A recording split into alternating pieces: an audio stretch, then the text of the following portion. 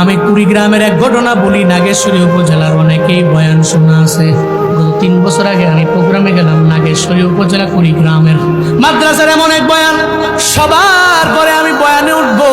প্রথম বক্তা আমি, আমার আগে বক্তা বয়ান শেষ করে আমি বসে রইলাম। আমারে বলতে লাগলো, হুজুর 5টা ছেলের মাথার মধ্যে পাগড়ি দেওয়া লাগবে, 5টা ছেলের মাথায় পাগড়ি ঘুরাবে। 5 নম্বরে যেই ছেলেটার নাম ঘোষণা করা হবে মাথায় একটু হাত তুলে দোয়া করে দিয়ে। এটা বইলেই চোখের পানি ফেলায় ফেলায় কান্না করে সভাপতি। আমি বড় অবাক হয়ে গেলাম, কেন উনি কান্দে, কেন উনি কান্দে? পাগড়ি ঘুরানোর জন্য প্রস্তাবক সাহেব যখন নাম ঘোষণা করে, একজনের মাথায় পাগড়ি ঘুরালাম, 2 জন 3 জন 4 জনের মাথায় পাগড়ি দিলাম, সবার মুখের মধ্যে হাসি দেখা যায়।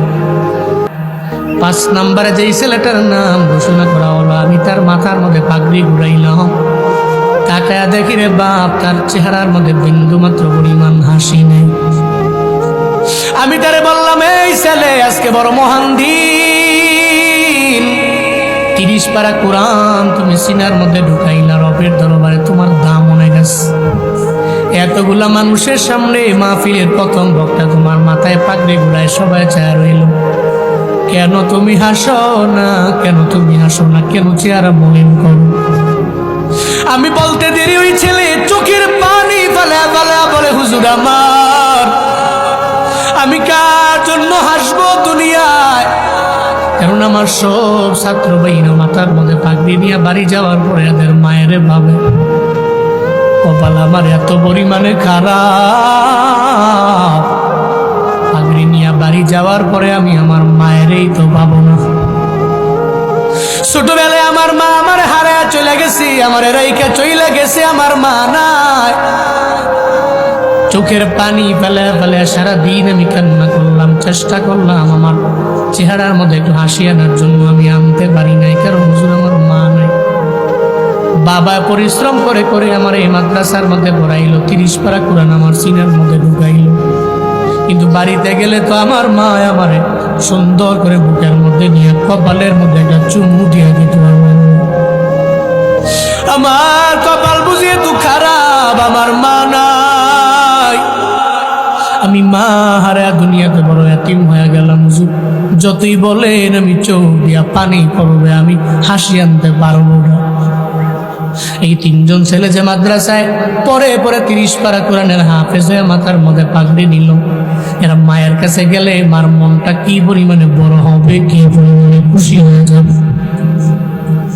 কিন্তু এদের যদি মা না থাকে, দেখবেন এদের চোখে মুখে বিন্দু মাত্র পরিমাণ হাসির ছাপ দেখা যায় না।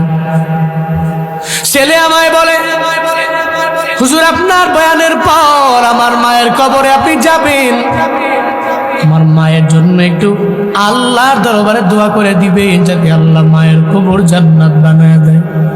আল্লাহর কসম মিথ্যা বলি না, মাত্র 10-12 বছরের ছেলেটা মায়ের জন্য এত পাগল, আবার কবর জিয়ারতের জন্য আমার কাছে আবদার জানে। বয়ানের পরে আমারে নিয়ে কবরের পাশে গেল, সূরা ফাতিহা 1 লাখ টাকা সুর বললাম। এরপরে আমি বললাম, আজকে আমি দোয়া দিব না, বরং তুমি তো অধিক হকদার, মায়ের জন্য সন্তান তুমি নিজেই দোয়া করে দাও। ওই হাফেজে কোরআন ছেলেটা, যার সিনার মধ্যে 30 পারা কোরআন আছে, সঙ্গে সঙ্গে 2টা হাত রবের দরবারে বাড়ায় আবদার জানে, আল্লাহ গো, আমার মায়ের 10টা মাস আমারে গর্ভের মধ্যে নিয়ে নিল। দুনিয়াতে আসার সময় আমার যেই মা আমার জন্য বালতি ভরা রক্ত ঝরাইলো, দুনিয়াতে আসার পরে আমার যেই মা আমারে 2টা বছর দুগ্ধ খাওয়াইলো, আজকে আমার মা নাই, থাকলে বড্ড খুশি হয়ে যেত রে আল্লাহ। আমি 30 পারা কোরআন সিনায় নিয়ে তোমার দরবারে আবদার জানাই, আমার মায়ের কবরটাকে এই মুহূর্তে জান্নাতের বাগান বানিয়ে দেওয়া যায় না। ব্রাহ্মণবাড়িয়ার মুসলমান, আশুগঞ্জের মুসলমানেরা 30 পারা কোরআন সিনায় লইয়া যেই হাফেজে কোরআন রবের দরবারে আবদার জানায়, আল্লাহ গো, আমার মায়েরে তুমি জান্নাত দিয়ে দাও, কবরটাকে জান্নাত বানিয়ে দাও। আমার মনে হয়েছে সন্তান রবের দরবারে দোয়া করতে দেরি, মায়ের কবরটা জাহান্নামের গর্ত যদি হয়, আল্লাহ ওই কবরটারে জান্নাতের বাগান বানিয়ে দিয়েছে।